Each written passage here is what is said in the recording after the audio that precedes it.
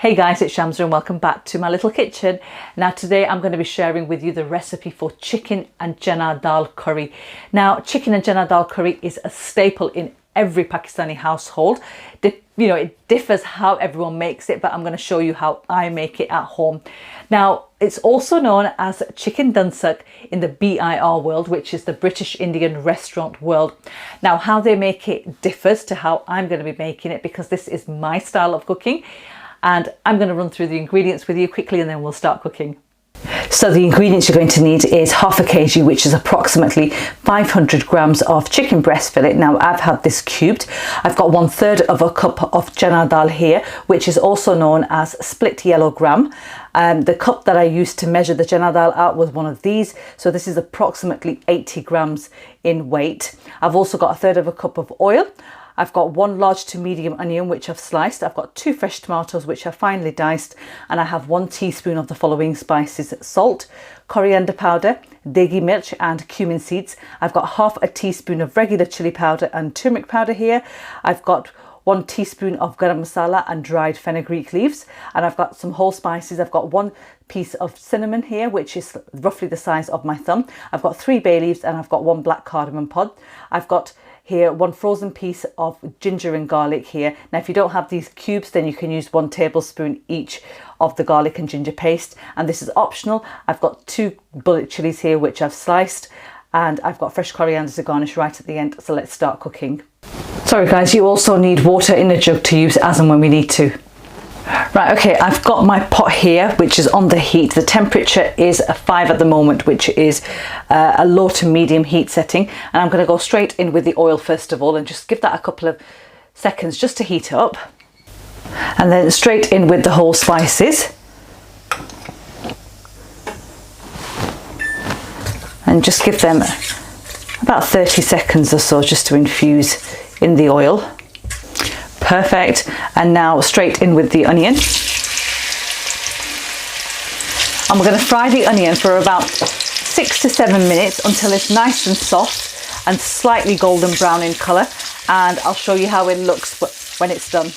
Right, okay, so you can see that the onions are nicely golden brown in colour. So they've been cooking away for about 6 to 7 minutes. And into that I'm just going to go in with the tomatoes.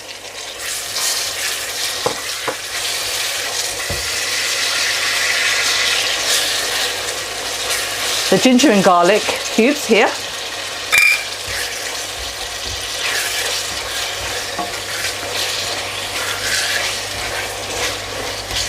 And the chicken as well, like that.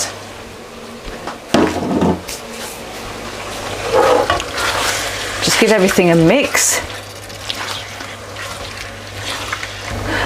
I'm going to add a splash of water into this, just like that.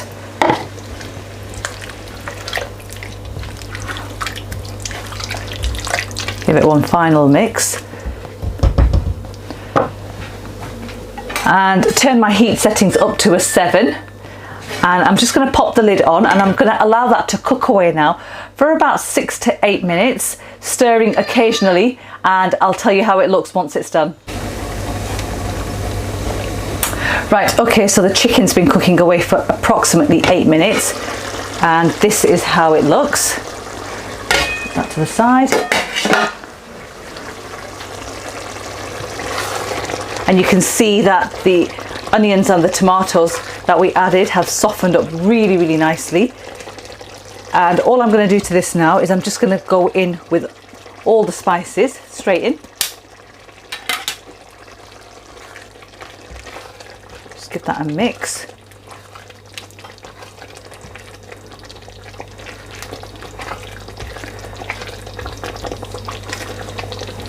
And we're going to cook the chicken now without the lid on until all of the water, the moisture that's in there has evaporated and it's dry. So essentially we are going to be bunning the chicken and we're going to be doing that for a further 6 to 8 minutes. We will be adding small amounts of water into this as and when we need to, and I'll show you how it looks once it's ready. Oh, forgot to mention guys, my heat setting is on a 6, which is a medium heat setting.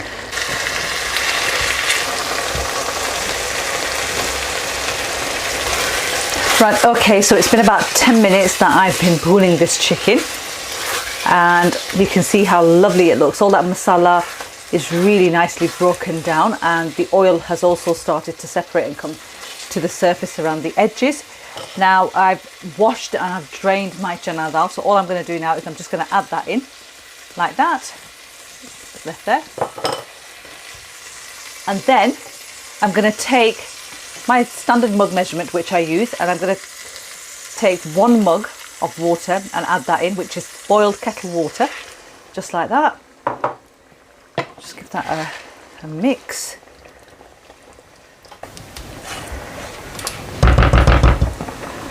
I'm probably going to add just a little bit more, so maybe half a mug more of water, like that. Right, okay, so just give that one final mix like that. And now that it's come up to the boil and it's bubbling away, I'm going to pop the lid on, and I've turned my heat setting down to a 4, which is a low to medium heat setting for my hob, relatively low I'd say. And we're going to allow this to just cook away, simmer for approximately 15 to 20 minutes. We're not going to do anything to it. We are going to sort of like keep an eye on it and just stir it occasionally, but apart from that, don't need to do anything. And I'll show you how this looks in around 20 minutes time. The dal should be cooked but still be holding its shape and not fully sort of like cooked, so to the point where it dissolves inside the curry. So once 20 minutes is up, I'll show you guys how it looks. Right, okay guys, so it's been 20 minutes that this has been cooking away. I have been stirring it occasionally, and this is how it looks. So you can see that the oil has started to separate now, and that water that we added in has cooked down completely, and we've got a really nice thick curry there. I'm just going to take some chana dal out to show you. So there, and that's how it is. It's fully cooked, but it's still holding its shape. So to finish this off now, all I'm going to do is I'm just going to throw in my sliced green bullet chilies, my garam masala, and my dried fenugreek leaves. I'm just going to crush between the palms of my hands like that, and just give that a final mix.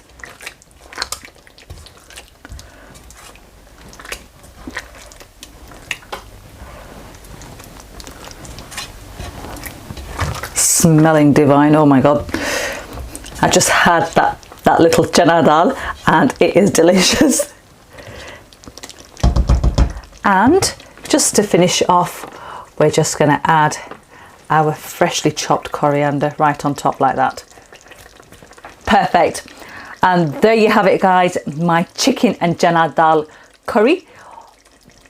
I'm going to plate this up and tell you guys exactly how it is. Right, okay, so just look how gorgeous my chicken and chana dal curry looks, and time to tuck into this and tell you guys exactly how it is. Ooh, smells phenomenal. Okay.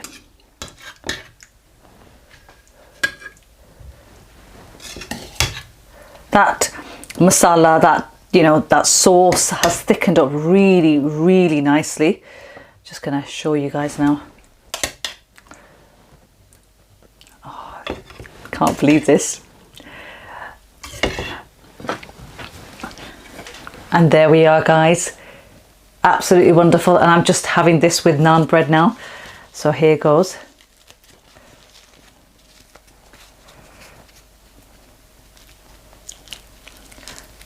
Juicy chicken, it's cooked to perfection, super soft. And here goes.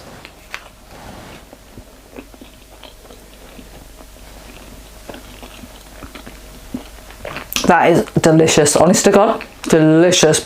The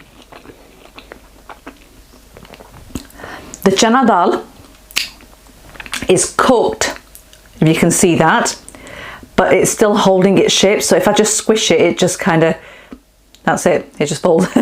But that honestly is a gorgeous curry, and it's got a really nice sort of like sweetness coming through from the tomatoes that we added. And the spices are spot on. Absolutely wonderful. I mean, if you wanted a slightly runnier curry, if you prefer it to be slightly runny, then just add a, you know, leave a little bit more water in this when it's cooking. So cook it for maybe 15 minutes rather than the 20 minutes, and you'll have a slightly wetter curry. But I think, you know, chana dal is eaten like that, so it's slightly thick, and you can, you know, just sort of like pick it up with your naan bread and just look at that. Oh my god, that's brilliant. Gorgeous.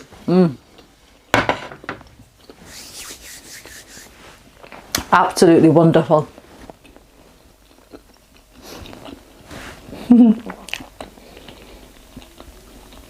So there we are, guys.